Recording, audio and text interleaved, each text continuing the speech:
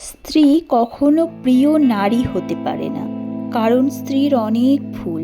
বেশিরভাগ লোককেই যদি প্রশ্ন করা হয় আপনার জীবনে সবচেয়ে প্রিয় নারীকে, স্বভাবতই অনেকে উত্তর দেন মা, কেউ বা বলেন মেয়ে, কেউ বা বলেন বোন, আবার কেউ বা বলেন নানি। কারণ সে তাকে কোলে পিঠে করে মানুষ করেছে। এমন অনেকগুলো সম্পর্কের কথাই উঠে আসে।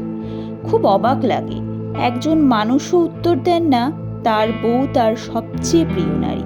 আসলে বাঙালিদের সমস্যা, বউকে ভালোবাসি বলে মান সম্মান চলে যাবে, লোকে বউ পাগল বলবে, বউয়ের কাছে ছোট হয়ে যাবে, অথবা বাকি পুরুষদের সামনে হেডাম কমে যাবে।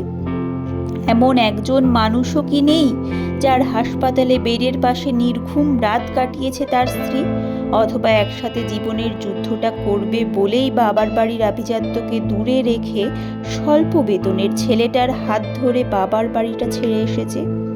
শ্বশুর বাড়ির ঝাল তরকারি ভাত খেতে না পারাটাও ফোনে বাবার বাড়িতে জানিয়েছে সে অনেক ভালো আছে।